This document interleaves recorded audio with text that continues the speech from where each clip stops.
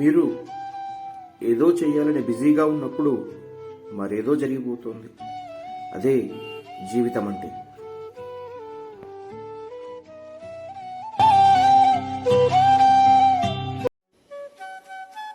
Calendar మారబోతోంది. మీ జీవిత ప్రయాణంలో రానున్న మరో నూతన సంవత్సరం.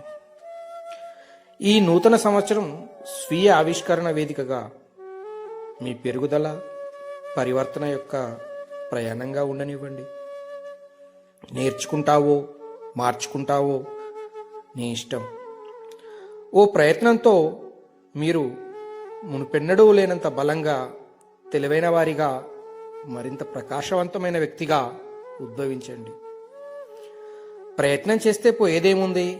పోతే ఓ ప్రయత్నం, వస్తే ఓ మార్పు. అంతే కదా మిత్రమా?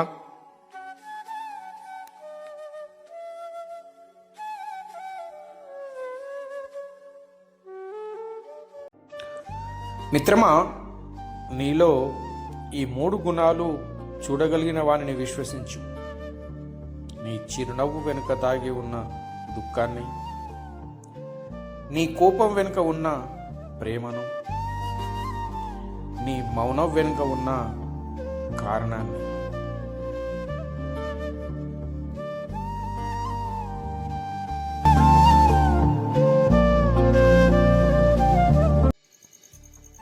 జీవితం ఇక్కడ అందరి అభిప్రాయాలు నీపై రుద్దబడును.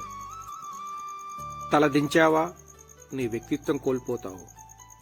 తల ఎత్తావా నీ అస్తిత్వం ప్రతిఘటన పాలవుతుంది.